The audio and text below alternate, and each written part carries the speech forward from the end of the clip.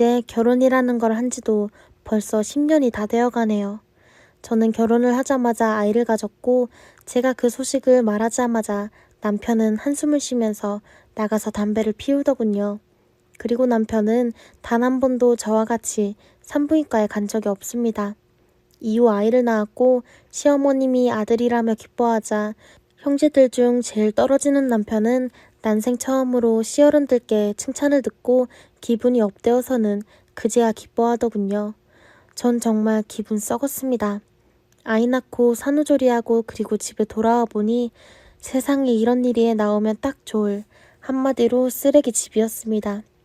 친정엄마와 저는 신발을 신고 들어가 태어난 지 한 달 된 아기를 눕혀서 집을 청소했고요. 남편은 머쓱해했지만 별로 미안해하지는 않았습니다. 남편은 아이가 기저귀를 뗄 때까지 기저귀를 한 번 갈아준 적 없고요. 제가 사방팔방 집을 굴러다니며 아이 오일을 발라줄 때도 남편은 집안일을 조금도 관심을 두지 않았습니다. 친정 아버지 뻘인 담당 선생님께서 막 화를 내시며 남편에게 전화를 할 정도였습니다. 그때 제 변명은 류머티즘이었습니다. 류머티즘은 딱 안 죽을 만큼 관절이 아픈 병입니다. 남편이란 인간은 슈퍼에서 배달해주는 생수가 무겁다며 현관 앞에 배달된 걸 들어서 집에 들이지도 않고 깡충깡충 넘어서 다녔고요. 쓰레기는 냄새나서 버릴 수가 없다고 합니다. 아니 그럼 평소에 그걸 다 하는 저는 뭡니까? 무슨 종인가요? 결혼 생활 10년 동안 남편이 꼬박꼬박 월급 가져다 준 건 1년이 채 안 됩니다. 그동안 월급이 밀려 있었고요. 남편이 노는 것도 아니고 월급이 밀려서 안 나오는 거라서 저는 단 한 번도 남편을 타박한 적이 없었습니다. 제가 아이들 가르쳐서 생활을 하고 저축도 했습니다. 그리고 남편이 직장에서 보조가 잘못하는 바람에 남편의 밀린 월급에 매일 걸려오는 카드회사의 빚 도축 전화로 저는 정말 힘들었습니다. 그동안 남편 월급도 없이 아이 키워가며 저축한 돈을 카드빚 갚는 데 쓰라며 남편의 두 손에 쥐어줬습니다. 저도 일을 해야 하는 그 바쁜 와중에 남편의 새끼를 꼬박꼬박 챙겨주는 게 힘들었지만 그래도 남편 속은 오죽하랴 싶어서 돈도 지갑에 넣어주곤 했습니다. 하지만 남편은 신우와의 술자리에서 자신이 집에서 얼마나 눈칫밥을 먹는지 하소연했다고 하네요. 정말 어이가 없었습니다. 점심은 언제나 김치볶음밥이라며 시누이에게 뭐라고 하더군요. 네, 틀린 말은 아닙니다. 없는 형편에 제가 좀 아끼느라 그렇습니다. 하지만 남편에게 김치볶음밥을 주면서 저는 다른 거 먹었을까요? 남편의 말에 신우는 어이없어 하면서 넌 눈칫밥을 먹어도 싸다 라고 제 편을 들어주긴 했었지만 그 와중에 밥 타령하고 눈치 타령이나 하는 남편이 어이가 없었습니다. 밤늦게 밝을 때 하면 보니가 마주칠까봐 과일, 전 다들 붙여나가는 제게 남편은 수고한다는 말 한마디를 한 적이 없었고요. 제가 3시간 동안 전단지를 붙이는 그 시간 동안 남편은 자신이 먹은 것 하나 치워주지 않고 소파에 누워서 TV만 보고 있더이다. 그렇게 펑펑 놀다가 이것저것 사업이라는 걸 해본다며 집에 전세금을 빼서 가게를 시작했죠. 그 때문에 저희는 싼 집을 찾아서 경기도 외곽에 월세집을 전전했습니다. 저는 계속 아이들을 가르쳤고요. 남편은 2년 만에 가게를 접으면서 돈도 다 날렸습니다. 저는 남편이 제게 미안해한다고 생각했습니다. 그리고 당연히 미안해해야 한다고 생각했습니다. 하지만 남편은 전혀 아니더군요. 전혀 미안한 기색이 없는 남편에게 결혼하고 아이 낳고 1년 쉬고 나서는 나는 하루도 일을 안 한 적이 없다. 당신은 자기 아내를 이리 고생을 시키면서도 어디 미안한 게 하나도 없느냐. 부부라는 것이 서로 어렵게 살더라도 서로 다독여주며 마음을 알아주면 그걸로 행복한 일인데 당신은 어찌 이리 일방적으로 내게 가혹하냐. 난 당신의 아내이지 모든 걸 품어줄 수 있는 부모가 아니다. 그러니 각자 길로 가자 했더니 남편이 갑자기 무릎을 꿇고 울면서 미안하다고 앞으로는 잘하겠다고 했어요. 저는 그 말을 믿었습니다. 이사를 하고 3개월가량은 남편이 정말로 잘하려고 노력하는 듯 보였습니다. 또 남편은 다행히 직장을 구했고요. 그런데 월급 통장을 제게 주지 않는 거예요. 또 남몰래 보증선 건 아닌지 욱하는 마음에 통장 달라고 소리를 질렀더니 남편은 제가 소리를 질렀다고 그래서 더욱더 통장을 줄 수가 없다고 합니다.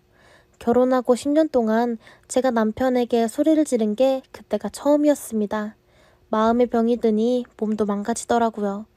병원에 가니 유방암 소견도 나와서 저는 아이들을 가르치기가 더 힘들었습니다.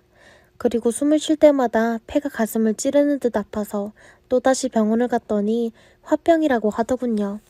어떨 때는 귀도 잘 안 들려서 초인종 소리가 안 들릴 때가 종종 있었고요.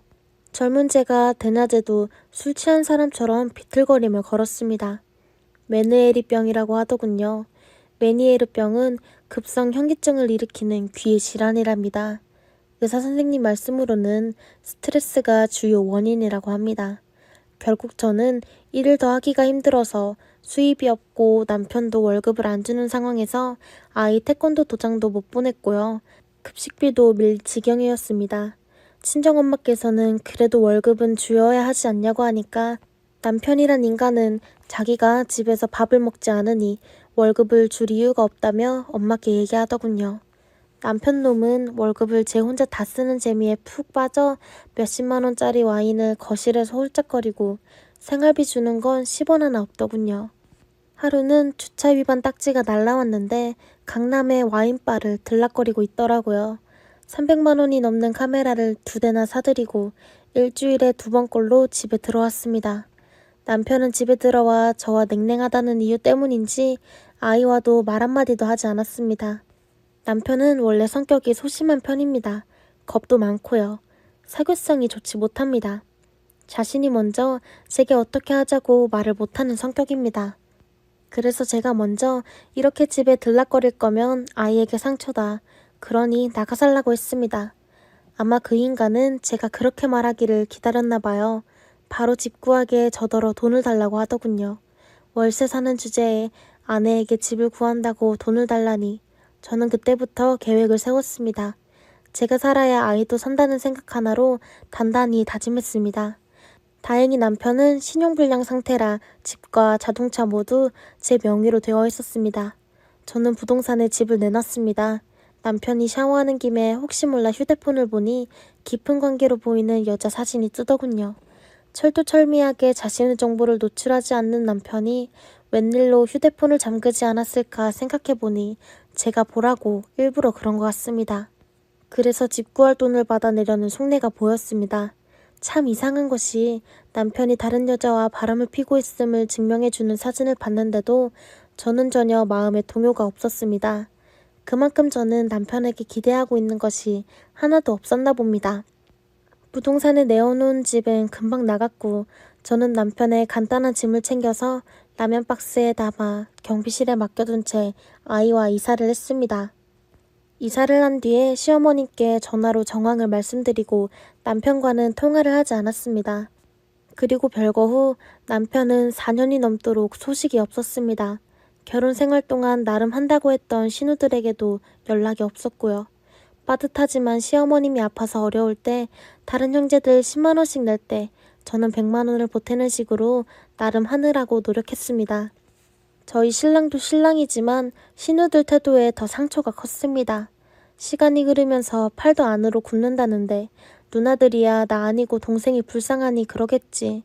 뭐라고 싫은 소리 할 수도 있을 텐데 그리하지 않는 게 나름 나를 배려하는 거겠지 하며 제 자신을 위로했습니다. 중간중간 남동생이 남편의 소식을 인터넷으로 찾았다면서 알려주는데 남편은 해외여행을 다니며 먹은 것들과 소감 등을 300만 원이 넘는 그 카메라에 담아 블로그에 올렸다는군요. 일본 여행을 다녀와서 찍어 올린 사진을 우연히 보았는데 저는 온몸에 소름이 돋는 줄 알았습니다. 제가 남편을 그 정도로 싫어하고 있을 줄이야 저 자신이 깜짝 놀랄 정도였어요. 남편과 별거하는 동안 2년 정도는 초인종 소리에도 놀랐고요. 남편과 닮은 사람만 봐도 화들짝 놀랐는데요. 그래도 세월이 약인지 어떤지 시간이 지나니 그것도 잦아들더라고요.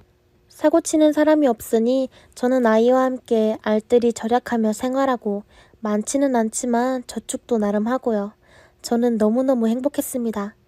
그리고 얼굴 안 보고 산 지 4년 뒤 아이의 생일날 남편은 장모님인 저희 엄마에게 아이 선물을 사려고 해도 얼마나 아이가 컸는지 몰라 준비했다며 상품권을 주더랍니다. 연락을 하려 해도 제가 무서워서 연락을 못했다고요. 남편이 아이와 연락을 하면 제가 아이를 들들 볶았을 것이기 때문이랍니다. 남편은 늘 그런 식입니다. 자신의 탓을 하기 전에 상대 탓을 먼저 하죠. 한 예로 남편이 자신이 어릴 때 공부를 안 한 이유가 자기 형님 때문이랍니다. 형님이 공부의 필요성에 대해 알려주지 않아서 그래서 공부를 열심히 안 했다고 하지만 남편과 저희 사이가 어찌되었든 간에 아이에겐 엄마도 중요하지만 아빠 역할도 분명 중요하다는 생각이 들더라고요. 저는 몇 달 뒤에 남편의 휴대폰으로 문자를 보냈습니다.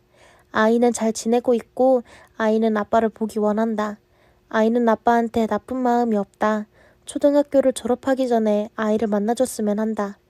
남편은 아이와 만나줬습니다. 아이를 데리고 여행도 가고 극장에 데려가서 영화도 보여줬습니다. 남편이란 존재는 제게 없어진 지 오래지만 그래도 이 세상에서 저 다음으로 아이를 낳게 된 존재가 있음에 저는 정말로 감사하고 또 감사했습니다. 아이도 아빠를 만나니 얼마나 좋겠어요. 그런 남편이 그렇게 쭉 아이와 연락을 하길 바랬던 건 제 욕심이었을까요?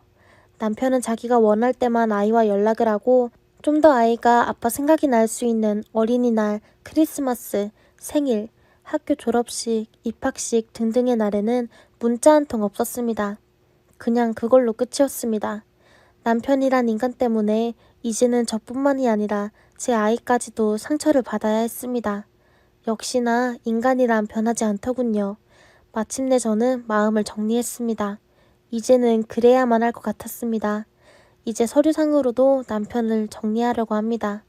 제가 이혼을 하게 된 가장 큰 이유가 뭘까 하고 돌이켜 생각을 해봤습니다. 돈 때문은 아니고요.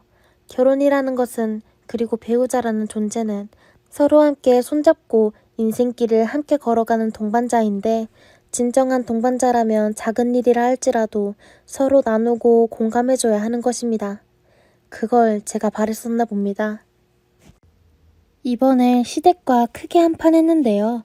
아주네가 가만히 참고 지냈더니 엄청 만만했나 봐요.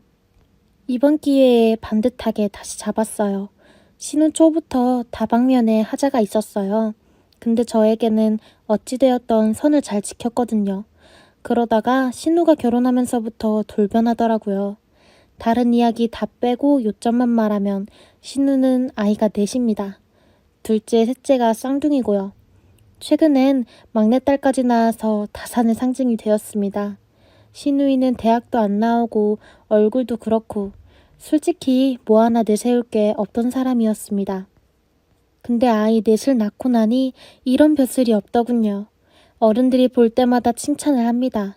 고생이 많다, 대단하다, 힘들어서 어쩌냐 하면서요. 하다 나중에는 애국자라고까지 하더군요.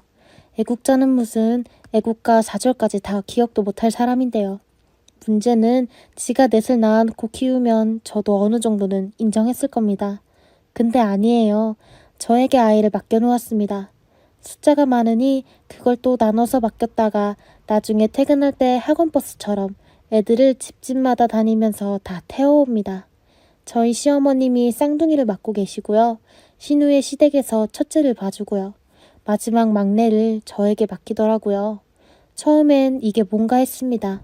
신우 나이는 올해로 35살, 결혼은 저보다 1년 늦게 했는데 아이는 먼저 낳기 시작했습니다. 당연히 속도 위반해서 결혼식을 올린 거거든요.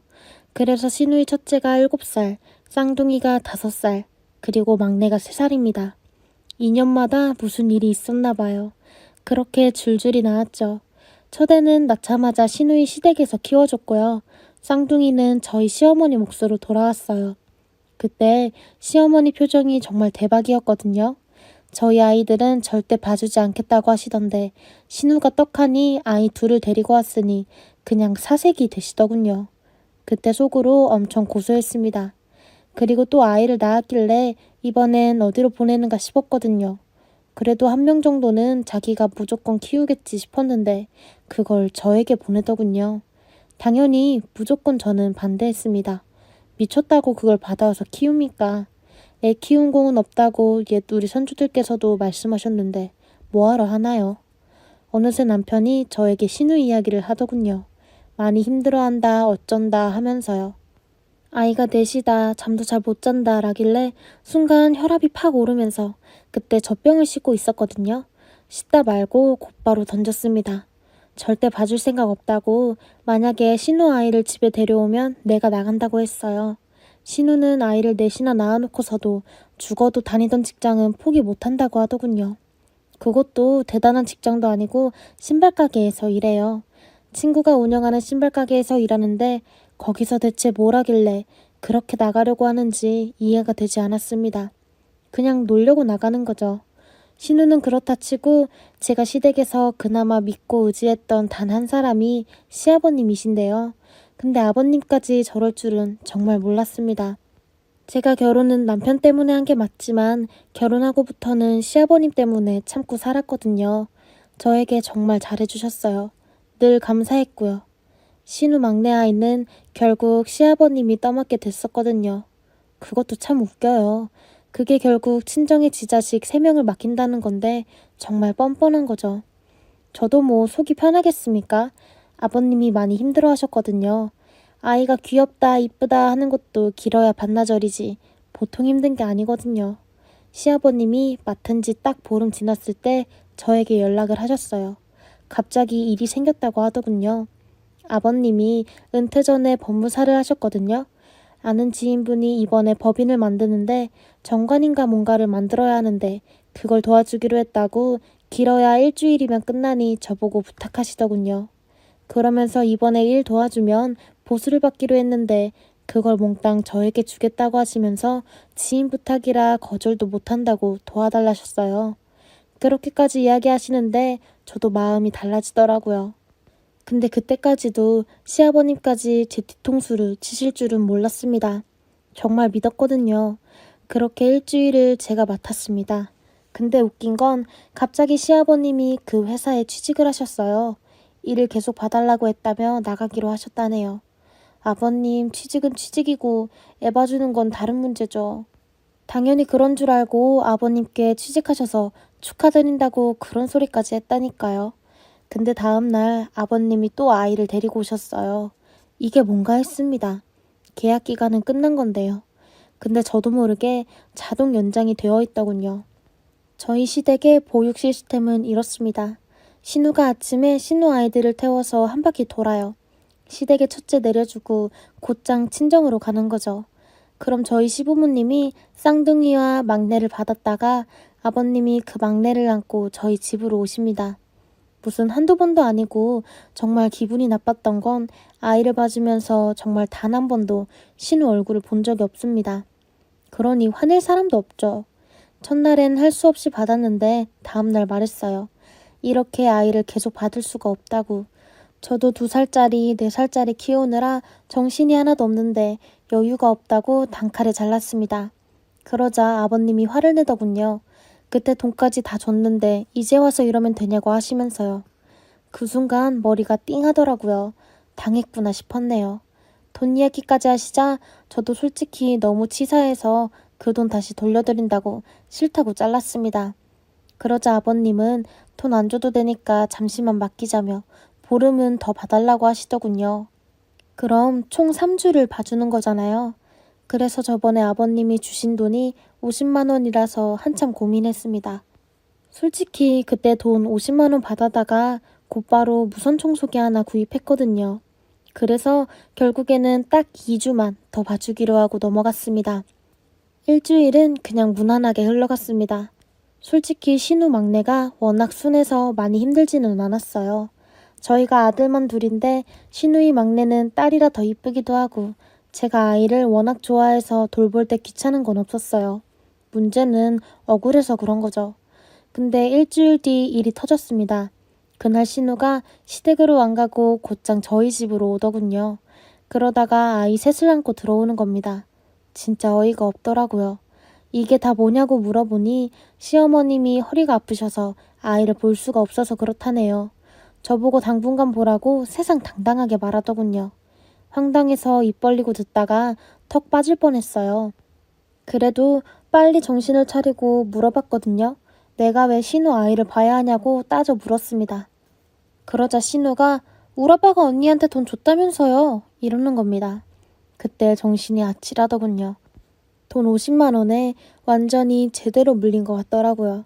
그래서 그건 막내 몫이라고 쌍둥이는 안 된다고 현관에서 실랑이를 했습니다. 남편까지 나서서 말리더군요. 아침부터 왜 그러냐면서요. 제가 아주 살벌하게 남편을 쳐다봤습니다. 지금 신우랑 나 사이에서 무게중심 잘못 잡으면 그대로 평생 큰일 날 줄 알아? 라고 눈치를 줬습니다. 남편은 저를 보자 움찔하더니 신우 보고 쌍둥이를 데려가라고 하더라고요. 아이 5을 무슨 수로 한 사람이 보냐고 신우를 나무랐습니다. 그러자 신우는 아 몰라 그럼 직접 데리고 가던가 하더니 그냥 혼자 휙 하고 나가버리는 겁니다. 그때 머리채라도 잡아다가 묶어야 했는데 어찌나 빠르게 나가던지 결국 못 잡았습니다. 그래서 남편 편으로 쌍둥이를 보내려고 했어요. 그런데 시댁에 사람이 없네요. 빈집이더군요. 어머님은 허리가 아프시다고 나몰라 하셨고요. 아버님은 은퇴를 하자마자 바로 복직하셨고요. 그리고 저희 집엔 아이가 5이 되었습니다. 결국 그날 하루 저희 집은 쑥대밭이 되었습니다. 남편이 반차까지 쓰고 와서 도와줬어요. 그래도 아이 5은 도저히 불가능하더군요. 그날 저녁에 저도 일방적으로 통보했습니다. 이제 아이 볼 일 없다고, 아침에 오셔도 문 여는 일 없다고 했어요. 문자로 싹 돌렸습니다. 다음 날부터는 신우이 승합차가 시댁으로 갔고요. 저희 집은 다시 평화가 찾아왔습니다. 그런데 문제가 시부모님이 저를 원망하시더라고요. 아이 보기 힘들다 어쩐다 하면서 계속 뭐라고 하시는데 결국 시아버님이 저에게 짜증을 내더군요. 어차피 집에 있는데 좀 도와주면 안 되냐면서요. 결국 저는 아픈 시어머니 고생시킨 못된 며느리가 되었더라고요. 시아버지 일도 못하게 하는 아주 성가신 며느리가 되었고요. 그래서 작정했습니다. 다음날 신우이 승합차가 저희 집으로 왔습니다. 저는 묵묵히 현관문을 열어주었고 신우는 아주 당당하게 아이 셋을 놓고 곧바로 가버렸어요. 결론부터 말하자면 신우 아이 셋을 데리고 신우 시댁으로 가버렸습니다. 싹 다 데리고 갔어요. 신우이 내남매가 눈물의 상봉을 했었죠. 물론 저도 아이가 있어서 아이를 데리고 갈 수 없어서 도움을 받았습니다. 전업주부라고 무시하던데 동네 엄마들 인맥 장난 아니거든요. 그리고 제가 동네 엄마들한테 신우 이야기를 했었어요. 거의 실시간으로 했거든요. 저희 집에 쌍둥이 놓고 간 것도 말했습니다. 반응이 폭발적이었어요. 엄마들끼리 저희 신우 욕을 하는데 아주 대단했습니다. 워낙에 엄청난 말들이 많아서 다 이야기하기는 힘들고요. 그 중에 가장 신선했던 게 이빨을 싹 다 뽑아버려야 한다고 하더라고요. 그래서 이빨을 뽑냐고 물어봤는데 그 이유가 참신했습니다. 이빨도 없이 평생 이유식만 처먹게 해야 한다고.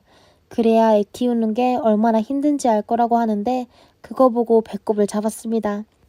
신우가 아이 보는 일을 점점 저에게 다 맡기려고 해서 한참을 고민하다가 그때 생각이 났습니다. 바로 베란다로 달려가서 박스들을 찾아봤어요. 저번에 시어머님이 보내주신 시금치 상자가 있는데 그게 신우가 갖고 온 거라고 하더라고요. 신우네 시댁에서 보내준 건데 그걸 제가 받았어요.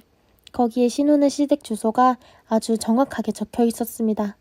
그걸 제가 기억하고 있었고요. 그래서 곧바로 동네 아줌마들 단체 채팅방에 이야기해서 다음날 저희 집에 엄마들 5명이 왔습니다. 아이까지 해서 13명이 온 거예요. 다들 무슨 그런 정신 빠진 사람이 있냐면서 난리도 아니었고요. 저는 엄마들 다 보는 앞에서 신우에게 최후 통첩을 했습니다. 스피커폰으로 했어요. 이제 앞으로 직접 키우라고 못한다고 했어요. 역시나 신우는 엄청 싸가지 없게 자꾸 자기한테 이야기하지 말고 부모님에게 말하라고 하며 끊어버리더군요. 그리고 저희 집은 난리가 났고요. 그냥 그 신우가 일하는 가게로 가자고 어떻게 생긴 여잔지 얼굴 좀 봐야겠다고 할 정도였어요. 간신히 흥분을 가라앉히고 나갈 준비를 했습니다. 차 한 대로 힘들어서 2대에 나눠 갔습니다. 카시트도 척척 설치하고 신우 시댁으로 갔습니다. 아이 엄마 둘은 저희 집에 남아서 아이를 봐줬고요. 차 타고 가는 도중에도 정말 단 10초도 쉬지 않고 신우욕을 했습니다. 세상 이런 힐링이 없었네요. 스피커폰으로 집에 남은 엄마들과 통화하며 갔어요. 그때 저희 집에는 아이들만 10명이 있어서 빠르게 전달하고 와야 했거든요. 최대한 서둘러서 갔어요. 그렇게 신우시댁에 도착해서 현관벨을 눌렀고 어떤 아주머님이 문을 열어주시더군요. 예전에 신우시댁에 한번 왔었는데 긴가민가 하더라고요. 그래서 다시 한번 주소랑 이름하고 다 확인했어요. 신우시댁이 맞더군요. 집안에 아이 하나가 뛰어다니는 걸 보니 그 아이가 첫째 같았습니다. 그래서 신우의 아이 셋을 데려다가 쪼르륵 났어요. 신우가 아이를 못 본다고 해서 제가 이렇게 직접 데리고 왔다고 했어요. 그리고 아동보호소 번호가 써진 종이까지 함께 드리고 왔어요. 정 힘들면 여기에 전화하시면 된다고 했습니다. 나중에 또 저희 집에 놓고 가면 그땐 여기 쓰여있는 주소에서 직접 찾아가시라고 했어요. 신우 시어머님은 처음에 무슨 상황인가 얼떨떨 하시더니 점점 눈빛이 토끼 눈으로 변하더군요. 나중에는 표정이 정말 굳어버리더라고요. 그렇게 아이 셋을 내려놓고 신우 카시트 싣고 다시 집으로 왔어요. 오는 길에도 신우욕을 하면서 갔고요. 저희 집에 엄마들이 다 모여 있었습니다. 다들 집에 가지 않고 계속 그러고 있었어요. 신우가 분명 전화할 거라서 다들 엄청 기대하고 있어서 저희 집에서 점심도 먹고 다 같이 기다렸습니다. 점심은 짜장면 시켜 먹었었거든요. 제가 쌌습니다. 그거 정리하고 앉아 있는데 그때 신우에게 전화가 왔습니다. 물론 스피커폰으로 받았고요. 신우는 제가 받자마자 저에게 욕을 퍼붓더니 저보고 미쳤다면서 거기가 어디라고 애를 데리고 갔냐고 중간에 반말까지 섞어가면서 하길래 점심때 짜장면도 든든히 먹었겠다. 신우가 먼저 말까지 놓고 편하게 말하길래 저도 정말 싹 다 내려놓고 참았던 말을 다 퍼부었습니다. 나중에는 제가 너무 심하게 했는지 주변 엄마들이 저를 말리더라고요. 그러다 애 울리겠다고 하면서요. 아주 흐드러지게 속에 담았던 말을 다 했습니다. 그 뒤로 신우랑 저랑 서로 마주친 적이 없습니다. 연락도 단 한 번도 하지 않더라고요. 갑자기 그냥 없는 사람처럼 하루아침에 꺼졌습니다. 나중에 들어보니 다니던 가게도 그만두고 이젠 집에서 아이만 본다고 하더군요. 신우이 시댁에서 난리가 났다고 합니다. 충분히 그럴만하죠. 게다가 지금 생각해도 참 웃긴 게 제가 그렇게 신우에게 엄청 퍼부었잖아요. 그럼 분명히 제가 그랬다고 신우가 고자질을 했었을 텐데 시부모님이 그 일로 저에게 뭐라고 하신 적이 없어요. 그냥 언급 자체를 하지 않으십니다. 혼난 적도 없고 그냥 없던 일이 되어버렸네요. 요즘 동네 엄마들 만나면 저에게 계속 신우 이야기를 물어봅니다. 요즘도 아이 맡기고 도망 안 가냐고 계속 확인해봐요. 그래서 은근히 든든합니다. 엄마만 알아주는 사람은 엄마밖에 없는 것 같아요. 물론 신우 같은 가짜 엄마는 말고요. 그래서 요즘은 아주 평화롭게 잘 지내고 있습니다. 안녕하세요. 저는 50대 중반의 여성입니다. 세상에 살다 이런 인간만도 못한 것 때문에 너무 화가 나서 사연을 적어 보내봅니다. 저에게는 3살 터울의 남동생이 하나 있었습니다. 동생은 어릴 때부터 집안의 장남으로 공부도 잘했고 성격도 싹싹했기에 집안에서 많은 이쁨과 관심을 받고 자랐습니다.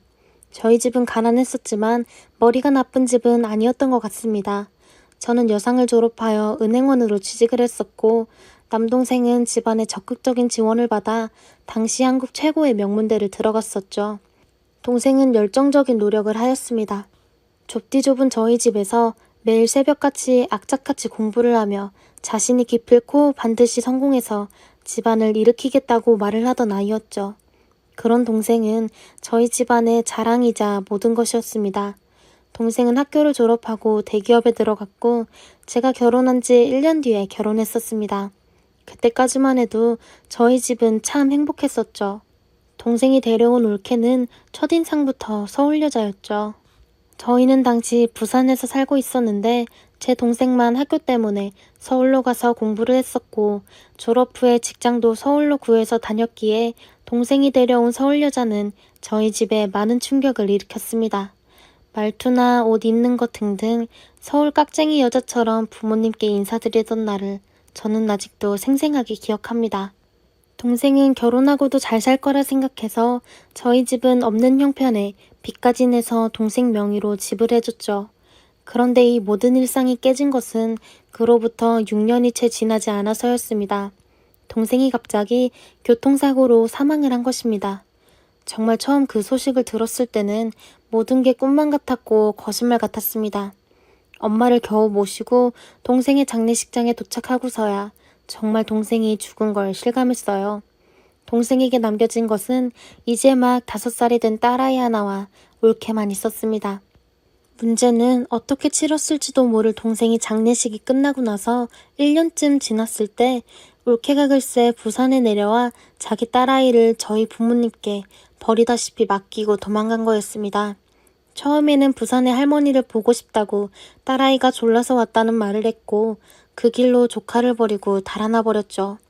올케는 그것뿐만 아니라 자기 남편이던 동생 명의로 해준 집이 자기에게 상속이 되자 그 집까지 다 팔고 돈을 가지고 도망을 친 겁니다.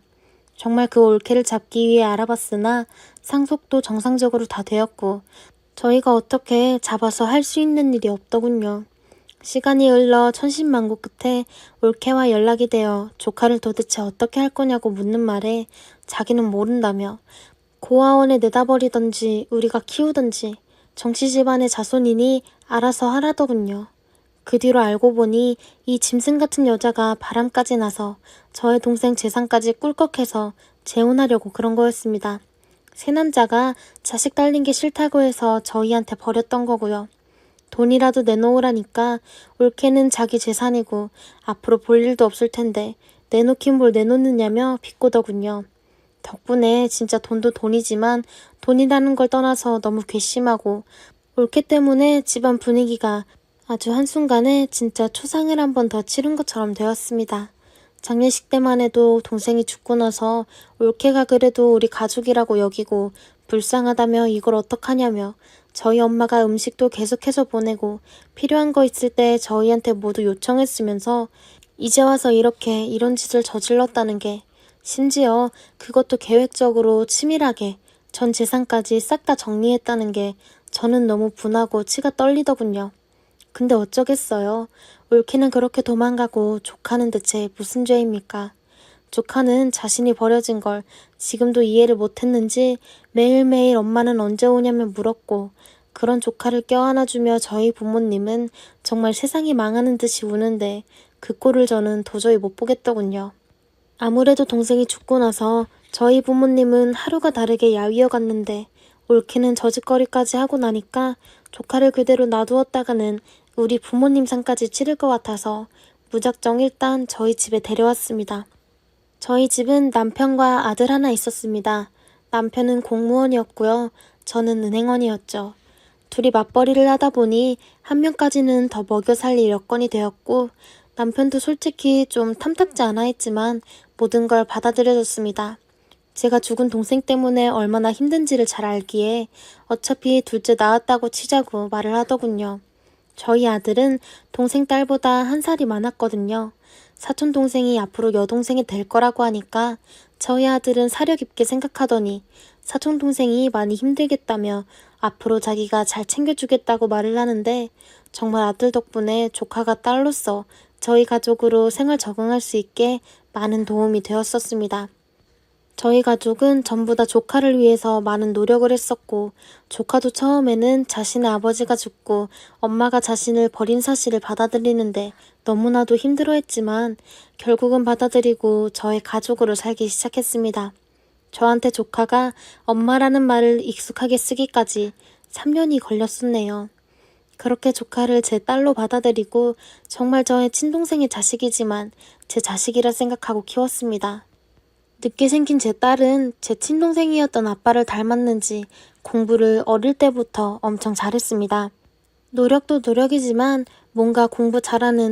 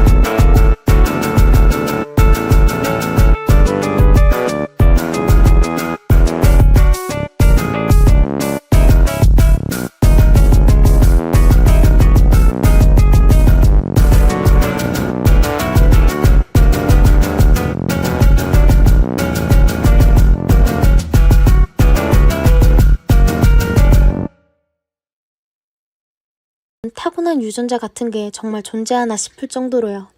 저희 아들도 공부를 못하는 편은 아니었지만 조카 딸은 정말 영특했어요. 별다른 공부를 가르치지 않아도 항상 전교 등수를 놓치는 법이 없었고 저에게 칭찬받는 게 좋다며 공부를 취미 삼아 하기 시작했습니다.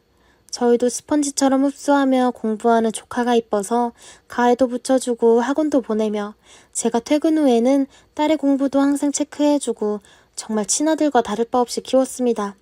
그런 조카 딸이 어느새 고등학생이 되고 수능 시험 쳐서 의대에 입학하던 날은 정말 입학 소식에 조카 딸의 손을 잡고 제 친동생의 무덤에 가서 한참을 울었었네요. 무덤 앞에서 저는 말하기를 네 딸 내가 이렇게 잘 키워서 지금은 이렇게 훌륭하게 자란 내 딸이 되었다고. 이렇게 훌륭하게 키웠으니까 이제는 하늘에서 편히 쉬라고 말했습니다. 그렇게 딸은 당당하게 의대를 입학하고 응급의학과 전문의가 되었습니다. 아직도 기억이 납니다. 딸이 왜 응급의학과를 선택했냐는 질문에 아빠 같은 사람들이 교통사고가 나면 제일 먼저 오는 곳이 응급실이라서 그 사람들을 살리고 싶다고 말하더군요. 병원에서 응급실만큼 전쟁터인 데가 또 있을까요? 하지만 자기 아빠의 죽음 때문에 그 힘든 길을 간다는 조카 딸을 저는 차마 말릴 수가 없었네요. 그렇게 조카 딸이 전문의가 되고 나서 1년가량 지났을 무렵 저희 집에 어느 날 갑자기 올케년이 찾아왔습니다. 말라붙은 얼굴에 보톡스는 얼마나 맞고 성형은 어찌나 많이 했는지 옛날 모습은 알아볼 수가 없더군요. 그러나 풍기는 분위기가 잘 사는 것 같진 않았습니다. 그러면서 자기 딸 어디 갔냐고 묻더군요. 저는 그래서 네가 무슨 염치로 여기에 찾아와서 버린 딸을 찾냐니까 올케는 말하기를 당연히 내가 친엄마이고 내 혈육인을 찾는다며 자기 딸 당장 내놓으라고 소리 지르던 그 올케의 뺨을 저는 내리쳤습니다. 그 후 올케년에게 소금까지 뿌려서 내쫓아냈더니 얼마 지나지 않아 딸한테서 친모가 병원에 찾아왔다고 연락이 오더군요. 몹시도 겁에 질린 목소리였습니다. 저는 딸에게 그냥 무시하라고 했지만 그 미친 올케는 조카 딸이 일하는 병원 응급실에 쳐들어와서는 자기 딸이 낳아준 친엄마를 버린다고 은혜도 모르는 년이라며 고래고래 소리를 질러댔다고 결국 병원 원장실까지 불려가서 도대체 이게 무슨 일이냐는 이야기를 들었다고 하더군요. 저는 정말 피가 거꾸로 솟았습니다. 도대체 버릴 때는 언제고 제가 그래서 올케에게 바로 연락하니까 저에게 한다는 소리가 저랑은 할 말 없다고 딱 잘라 말하더군요. 그래서 하늘이 무섭지 않냐니까 자기 딸이 자기 낳아준 친엄마랑 만나는 게 뭐가 그리 잘못된 거냐고 뻔뻔하게 말하고는 전화를 끊어버렸습니다. 결국 올케는 하나 남은 자기 딸에게조차도 질리게 만드는 기생충 같은 존재가 되어버렸죠. 그 이후에도 딸이 일하는 병원에 몇 번을 계속 찾아오자 조카 딸은 경찰에 신고하여 협박죄, 폭행죄로 고소했고 양육비도 모조리 고소로 대응을 해서 오히려 돈을 받아내게 되었습니다. 그제서야 올케는 저에게 싹싹 빌며 자기가 사실 지금 돈이 얼마 없다며 이 돈마저 뺏어가면 자기는 죽어야 된다면서 제 친동생이자 정신나간 올케의 남편이 죽고 나서 만난 재혼한 남자는 알고 보니 글쎄 지독한 알코올쟁이 사기꾼이었다고 합니다. 재혼 후에 자기도 맞으면서 결혼 생활을 하다가 재혼한 남편 그놈이 갑자기 사업을 한다고 자기 돈까지 다 들고 가서는 부도까지 내버렸고 결국 재산도 지금 거의 모두 바닥이 나서 이혼했다고. 그렇게 자기는 혼자 지내다가 너무 외로워서 딸 생각이 나서 찾아왔는데 딸이 의사가 되었다는 말에 잠시 자기가 미쳤던 것 같다며 한 번만 용서해달라고 고소 좀 취소해달라고 싹싹 빌더군요. 알고 봤더니 올케는 그놈이랑 무슨 사기까지 연루되었는지 집행유예 중이었습니다. 경찰서 또 오면 큰일 났던 거였죠.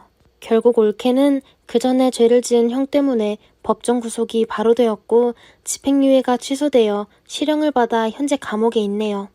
제가 감옥까지 찾아가서 올케에게 말했습니다. 한 번만 더 내 딸 찾아와서 어줍잖은 기생충 짓거리 하면 그땐 감옥에서 아주 평생 썩게 만들어줄 거라고.